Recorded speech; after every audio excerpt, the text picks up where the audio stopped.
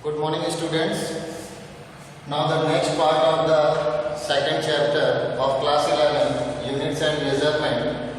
Next topic is how to measure the length. Measurement of length. Measurement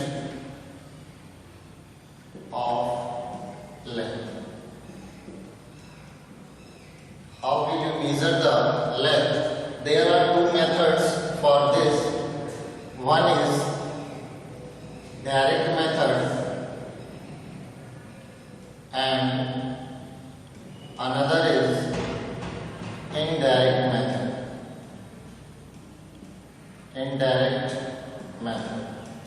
Indirect method, what length of you want to measure, you should go from one point to another. If you want to measure this distance, then you have to go from A point to B point to measure this length. Okay, this is known as the direct method. And for direct method, we use some scale of measurement, as we know that meter scale, number second, vernier calipers, and third, screw gauge. With the help of meter scale, we can measure the minimum length of 1 millimeter. With the help of meter scale, we can measure 1 millimeter of length. It means the minimum distance measured by the meter scale is 1 millimeter. And with the help of vernier calipers, we can measure 0.1 millimeter. It means the precise length measured by the vernier calipers will be 0.1 millimeter, and with the help of screw gauge, we can measure the precise length of a substance will be 0.1 millimeter. These are the direct method which is used to measure the length directly. For meter scale, the precise value is 1 millimeter. For vernier calipers, the precise value is 0.1 millimeter, and for screw gauge, the precise value of length measurement will be 0.01 millimeter. These are the direct methods to measure the length. Now we tell about the indirect method. What are the indirect methods? If you want to measure the length of the tower, height of a tower or height of a mountain, then we use the indirect method. In indirect method, there are some methods like reflection method, number second, trigonometry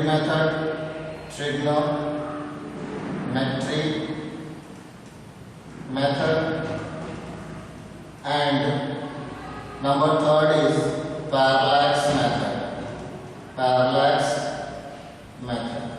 Now we discuss one of the method of indirect reflection method, how we measure the length with the help of reflection method.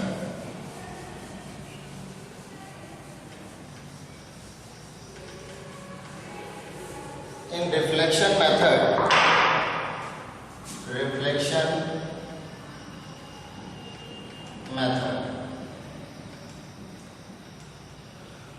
with the help of reflection method, if you want to measure the distance between two mountains or the distance between you and the other mountain, then we use the reflection method. In reflection method, we use the sound of a system. With the help of sound, we can measure the distance between two mountains with the help of sound.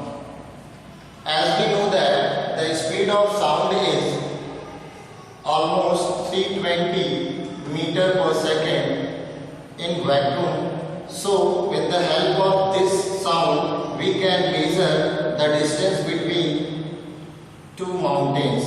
If the distance between two mountains is d, and if the speed of the light is or speed of the sound is 320 meter per second, then if you providing some sound from here, then it will reflect from this mountain, then it will cover the distance covered will be 2d. The distance covered will be 2d, and here is the speed v is equal to 320 meter per second. Then we can calculate the distance with the help of this formula. You know that the formula is speed is equal to distance upon time. Distance upon time. From here the time is equal to speed. Time is equal to distance upon speed. What will be the distance? The distance will be double. It means t is equal to 2d upon v. 2d upon v. If you want to find the distance, then you should divide the distance with 2. So it will be t is equal to 2d upon 2v. We can write d upon v. With the help of this formula, we can find the distance between two large mountains. This is the reflection method of sound. Reflection method of sound. Another method is trigonometry method.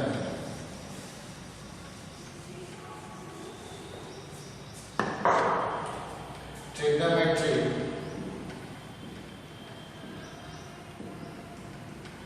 method. If you want to measure the height of a tower, you will not go from surface to top of the tower. Then you use trigonometry method to find the height of the tower. If the height of the tower is h, then an instrument is known as sextant. An instrument which is known as sextant.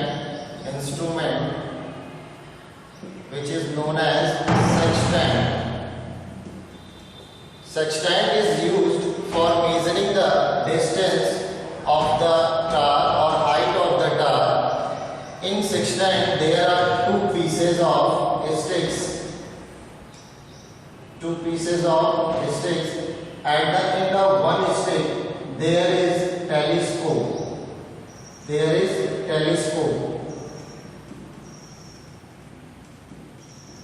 And here is some readings about the angle.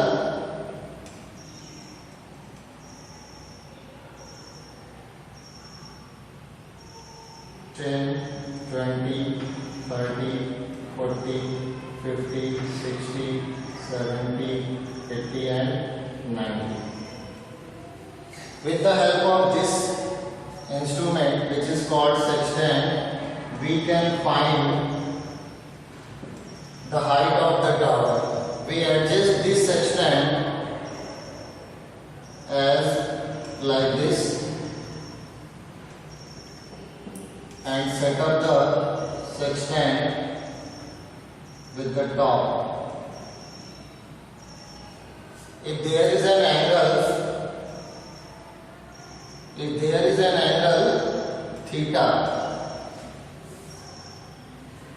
is the angle between the sextant piece and top of the tower, then we can find the height of the tower. We know that the formula, trigonometry formula tan theta, which is length, formula of tan theta is the length upon base.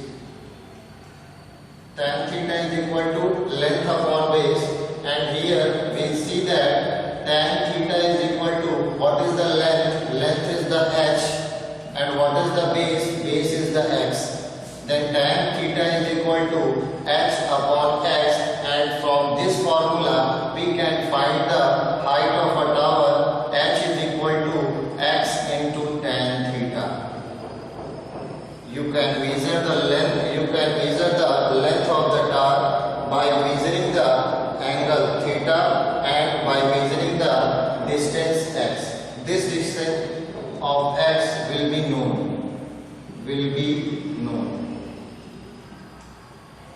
This is the method of trigonometry with the help of which we can measure the height of a tower. This is the indirect method. Another trigonometry method, this method is used for accessible measurement. For inaccessible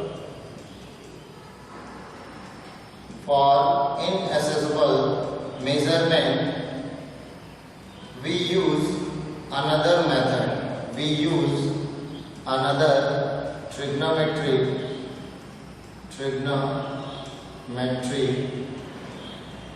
method. Another trigonometry method is, if you want to measure the height of a mountain, then how will you measure the height of a mountain?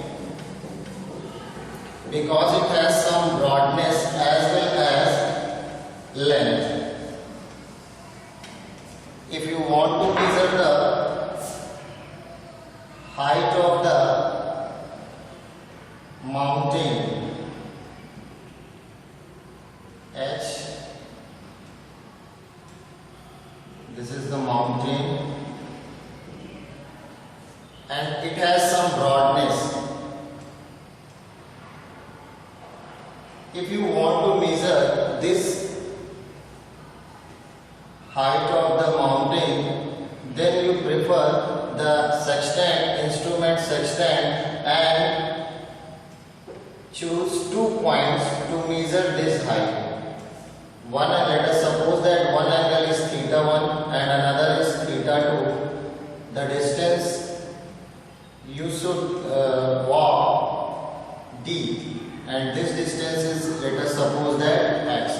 Then here will be the formula for measuring the height of the mountain. H is equal to d upon cot theta 1 minus cot theta 2. For measuring the height of a mountain, we use the formula H is equal to d upon cot theta 1 minus cot theta 2. Now our next method is parallax method. To measure the distance of a far-off star, to measure the distance of far-off star or planet, we use this method. What is parallax? If you see a point with your 2 eyes, there will be some parallel shifting. With the sidewise of eyes. So this is the method of parallax method. If there is a star very far from the earth, then you see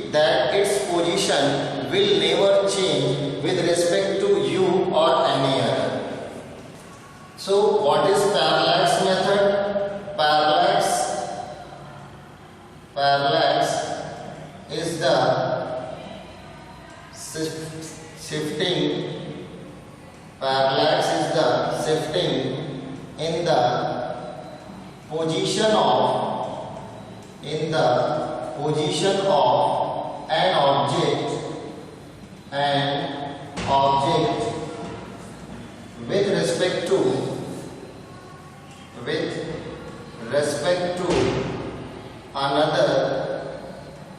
with respect to another when we see with our eyes sidewise. So parallax is the shifting in the position of an object with respect to another when we see with our eyes sidewise. If you see the moon, the distance, the position of the moon, then its position never changes with respect to each other. So parallax method is used for the measurement of distance between the moon and the earth